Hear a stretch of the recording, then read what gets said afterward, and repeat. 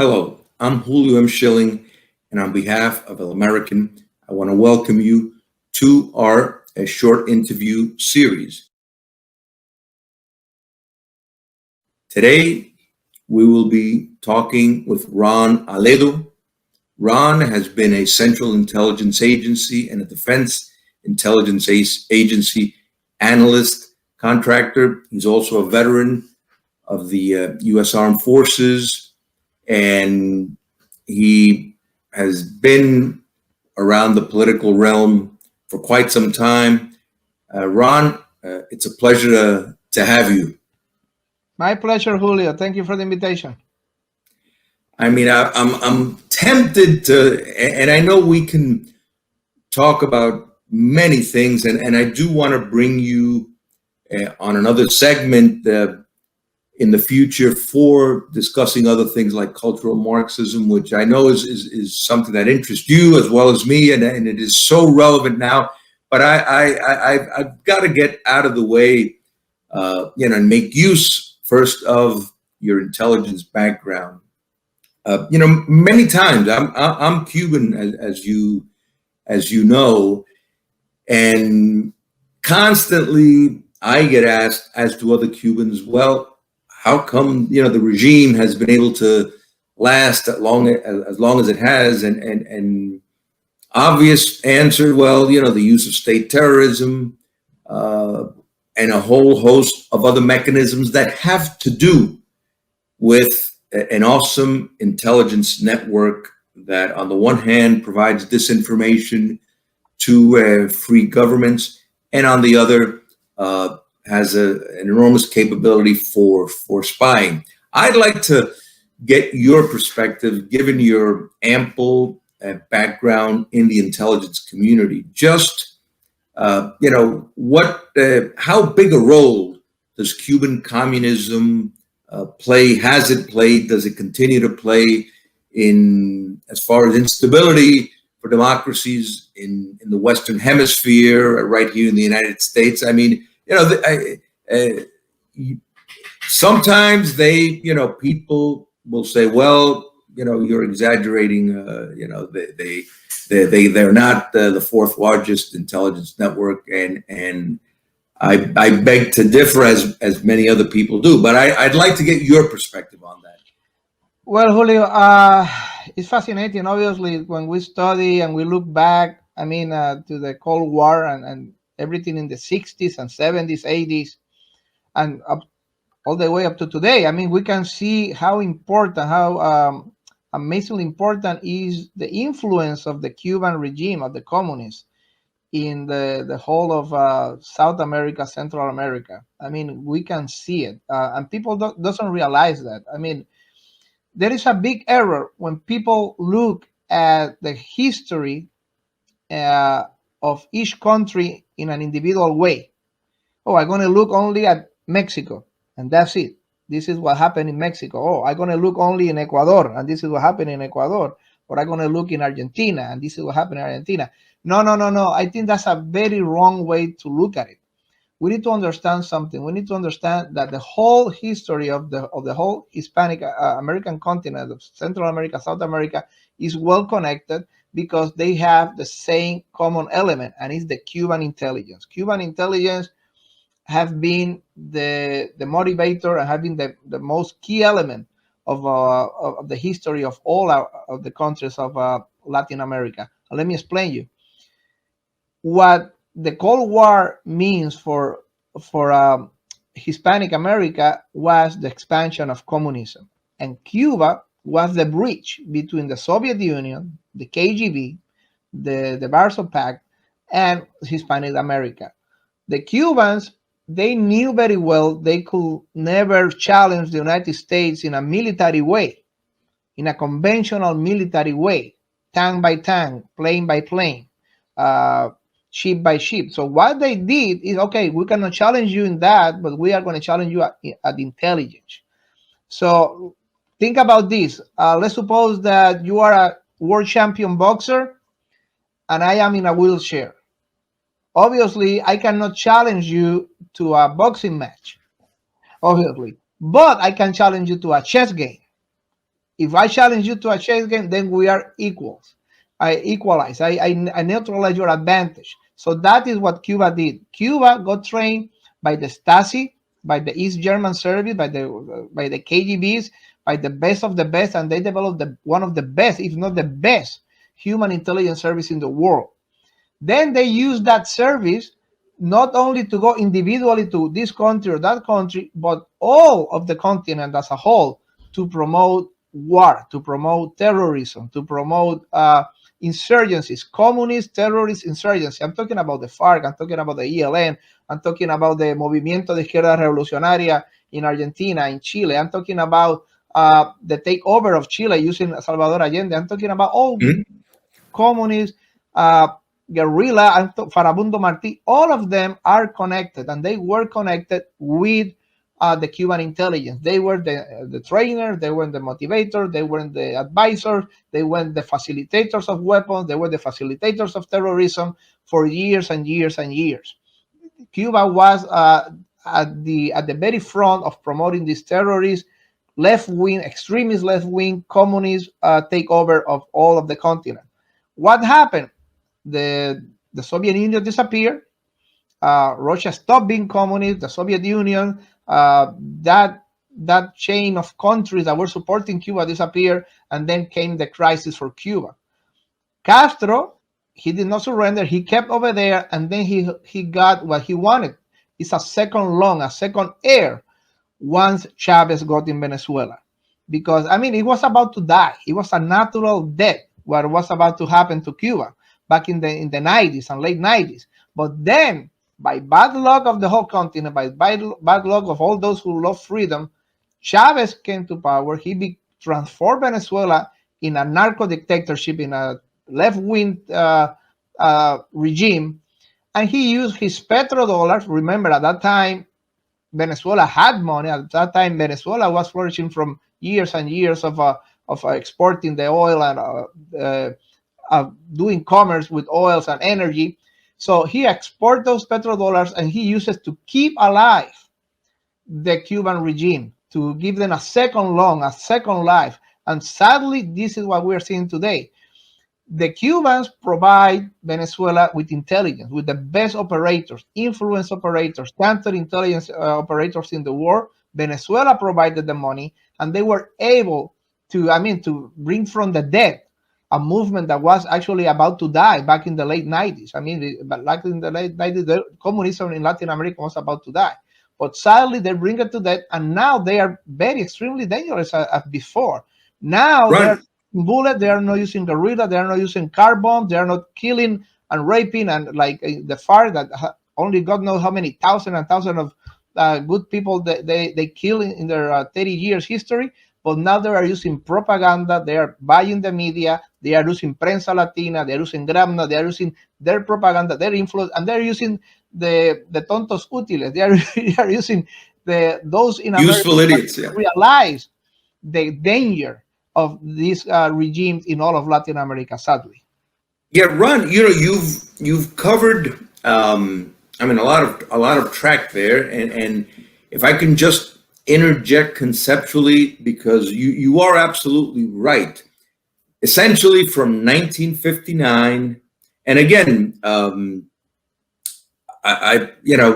want to make use of your intelligence background, and I believe it does echo a policy that I think the United States effectively had for a certain period, and then I think they've dropped the ball. And I refer to the fact that from 1959 up until the fall of Soviet communism, this constant war for communist promotion, as you well explained, throughout the hemisphere, was confronted by the armed forces of these countries.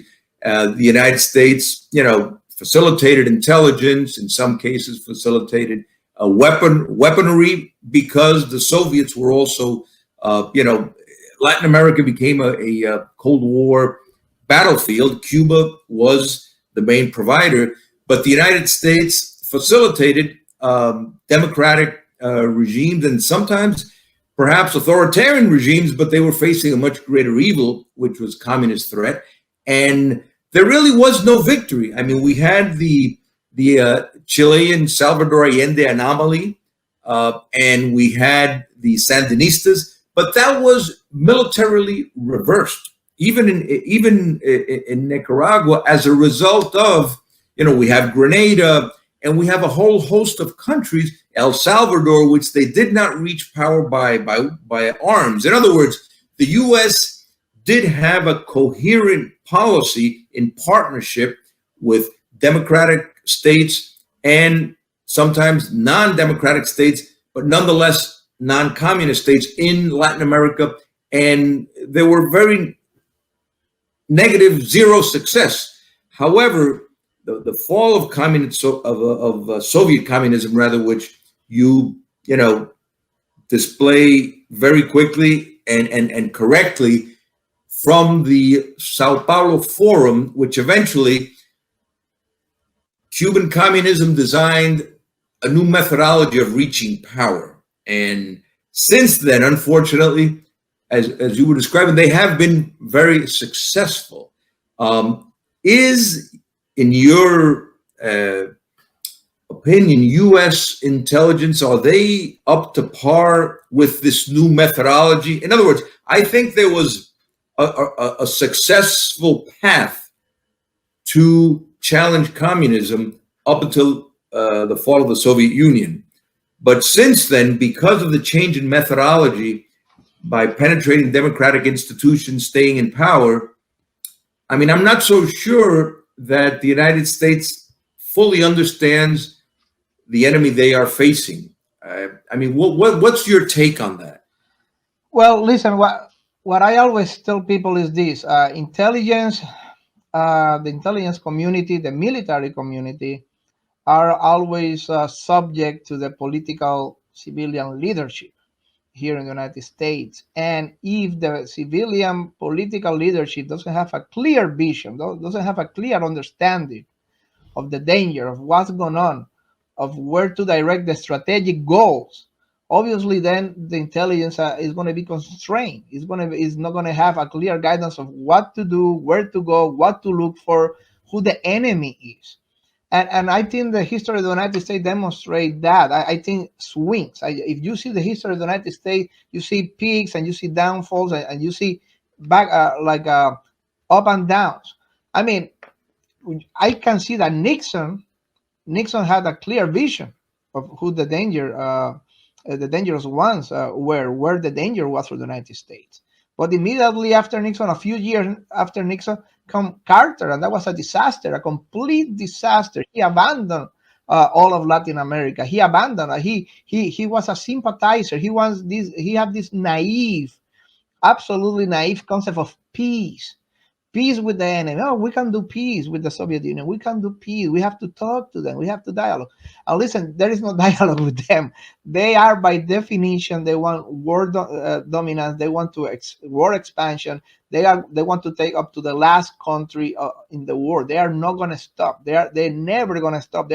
You can sign a peace with them. You can make a treaty for El Salvador or here on the far, okay, to stop the bullets for 1 or 2 years. Listen, that's it. After 2 years, they want more and more and more and more. And nothing is going to stop them. Nothing is going to stop them until they get full and complete power. And if the leadership, for example, Carter was a complete disaster, then came Reagan, and Reagan have a more clear vision. Hey, listen, we cannot let these Cubans that serve the master in Moscow, the communist master of the KGB, to take over our backyard. They are taking our backyard. They are taking Hispanic America. And that's what I said. It's a terrible mistake to look into each history of each country individually. Oh, this is a country here, and there was freedom, and this candidate and this president was looking to free the worker, blah, blah, blah, blah. And then the evil army took over because, no. You need to put that on the context.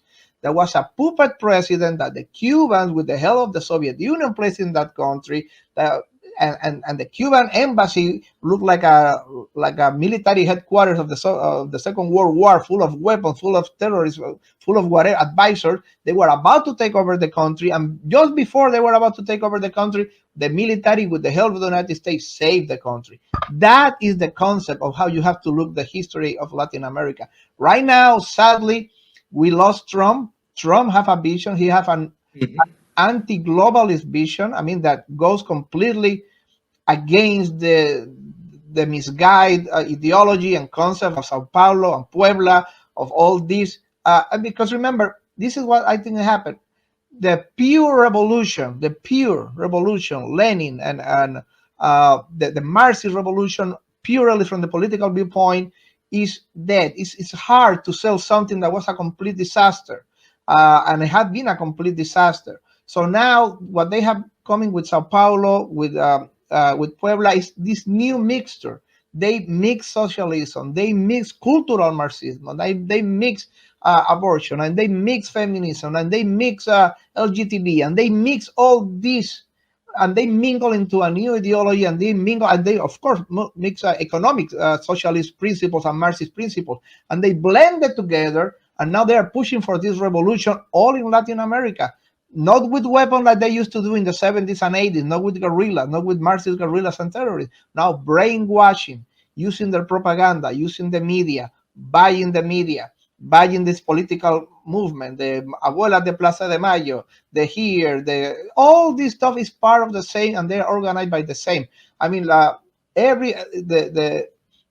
whole of the continent are directed by one head, and that thinking head that is directing all this movement is the Cuban intelligence. The Cuban intelligence are directing this. We lost Trump, who was anti-globalist, who was a patriot, and now what we have in the White House is completely those, like I said before, tontos útiles. I mean, those naive people that doesn't realize the problem, doesn't realize the gravity of the problem, the danger of the problem, but to the contrary, sadly, they are part of the problem. When you see people in the United States destroying the heritage of the Christian civilization, of the European civilization, of what formed the natural moral law in the United States, when you see all these people destroying statues of Christopher Columbus in Baltimore, or Juan Ponce de Leon, or they wanted to destroy St. Louis, the King in St. Louis, Missouri, they wanted to destroy that. They want to hammer them down. They want Ron, to our heritage. What do the Democrats do? Nothing. Oh, we understand that. No, they are trying to destroy what makes us a nation and what makes us a culture. We witnessed. This was, what I categorized as a Marxist insurrection.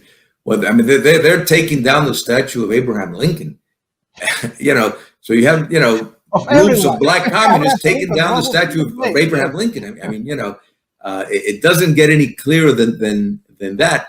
But you pointed out President Trump, and one of the what I think was the biggest success in his foreign policy arena was getting a new morality that basically saw the socialist threat in the hemisphere for what it was. It operated as a multinational entity with partners in Iran, in North Korea, in China, and basically he applied, by going after the drug cartels, he was going after continental socialism. He had, was given correct information as far as the threats of the enemy. He recognized, all the elements you were outlining, that was picked up and addressed by the Trump administration. It was the first administration to actually implement the Helms-Burton.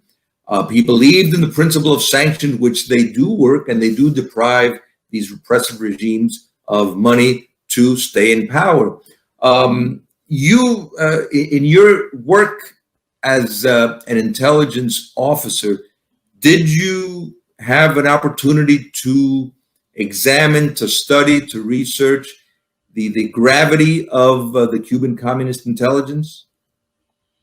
Well, It's in open sources, and it's well known, and you can read a lot of articles. Everybody can read them in the CIA library.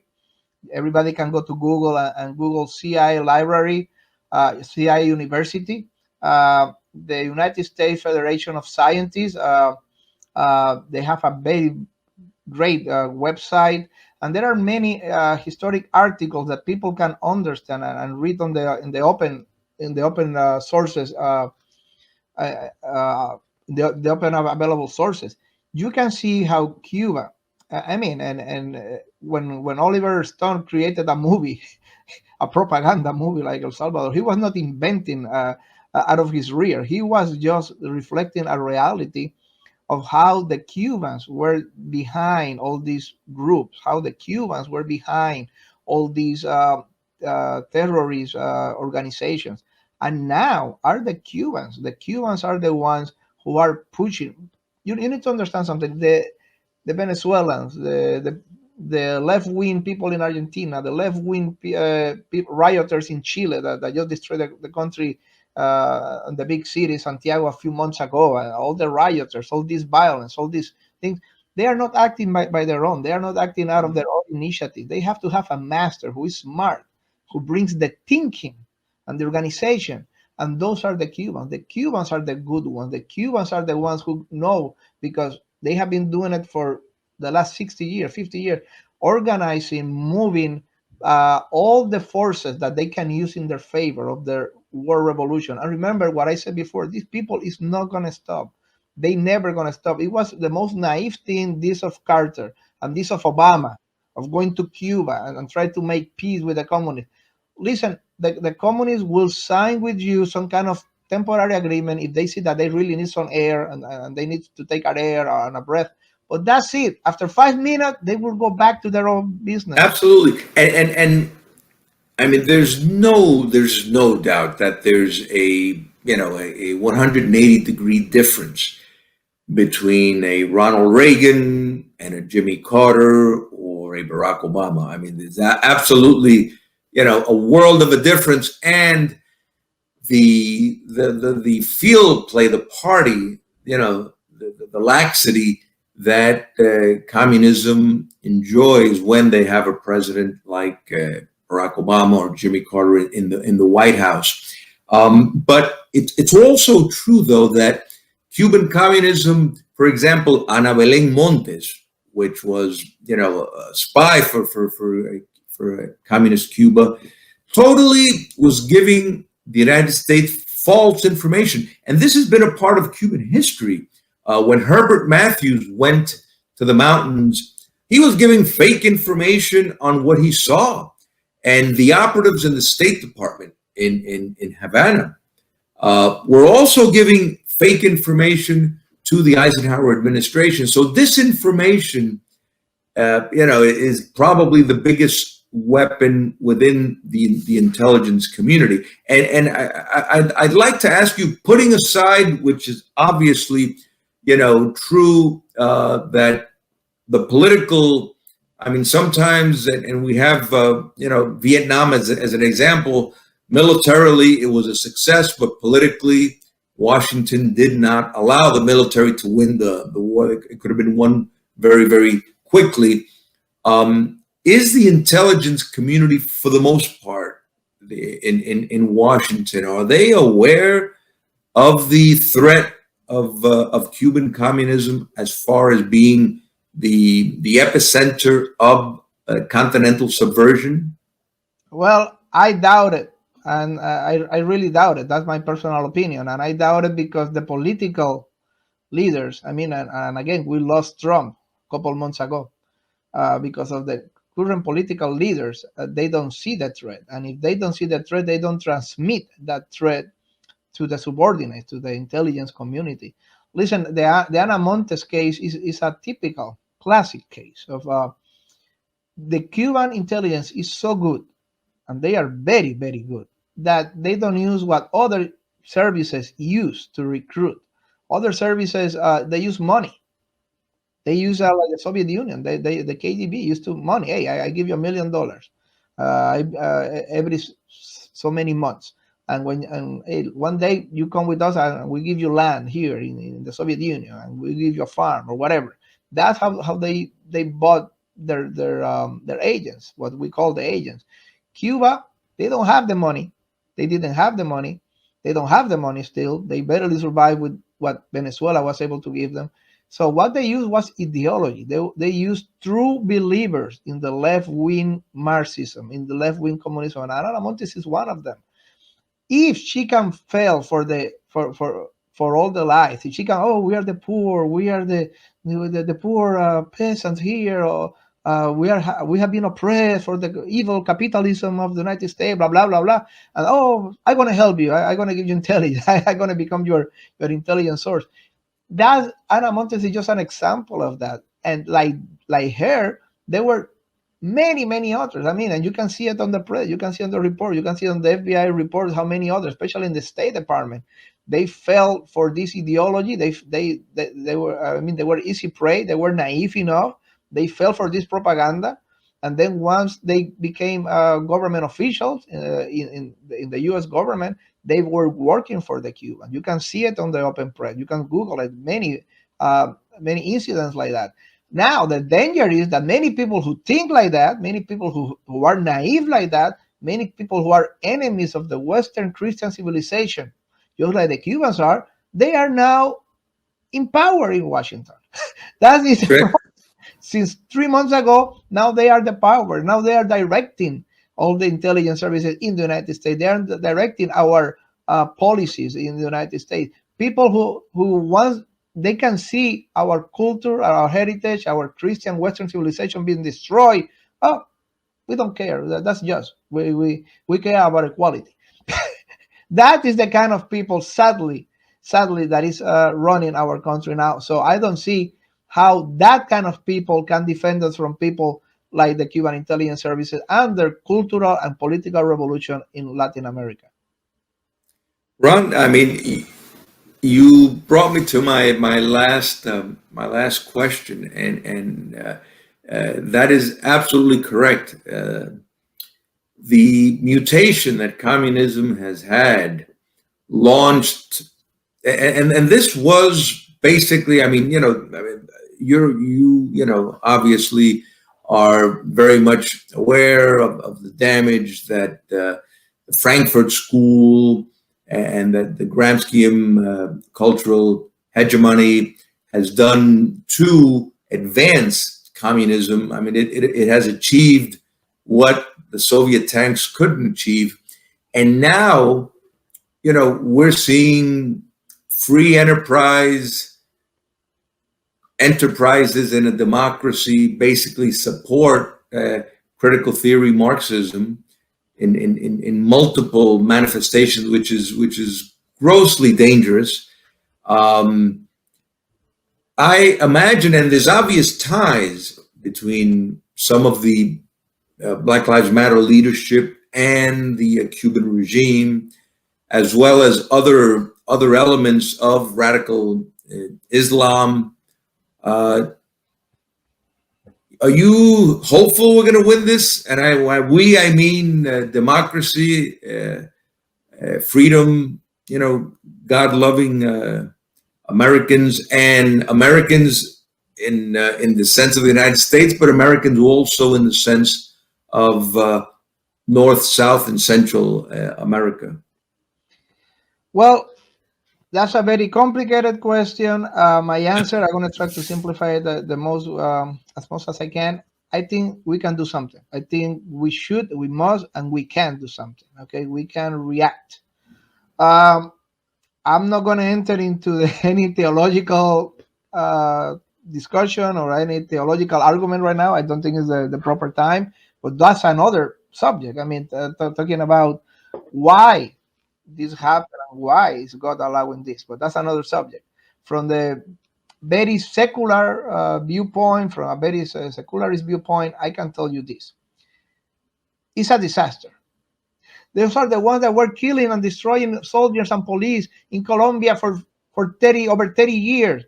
So now they're peace lovers. Okay, open your eyes. I have a hope that from the realistic secularist viewpoint, that people will open their eyes and they will realize the big danger of losing our civilization, of losing what makes us the Western Christian civilization.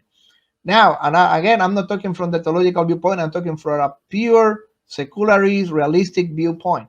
But that's Well, hope, and I think that is what is going to happen. I think people both in the United States and Hispanic America, they will have to realize the big danger where we are right now.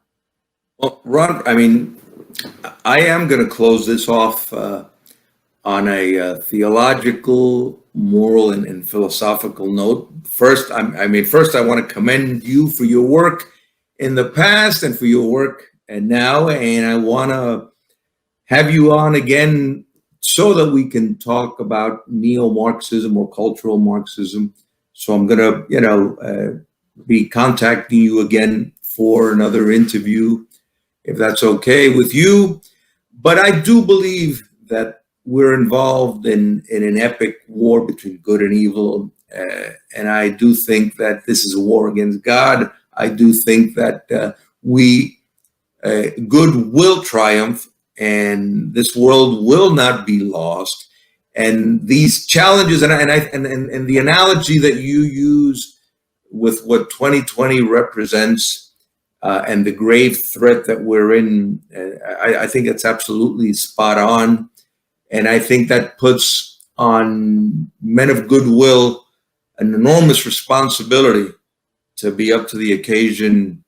But God willing, we will win. And I think so much of a lot of the speeches and the thoughts of Abraham Lincoln and his constant reference to God and seeing what was happening in his day as a prophetic place and time, and saw this as an enormous battle between good and evil. And I think we are in such a predicament that I think good is very well served with people like you on this side of the trench. Thank You you. very much, Julio. I really appreciate. Just one final comment, and now I'm going to be theological. As Christians, we have one advantage, and the advantage is we already know how this book ends. We already know the last page of the Yes. book, so that's something that should inspire us all. Absolutely, absolutely. Thank you, Ron Aledo, on pleasure. behalf of El American, for your time and giving us your insight. And thank you to all of you watching. I'm Julio Schilling, and I hope to see you soon on our next interview. God bless. Thank you.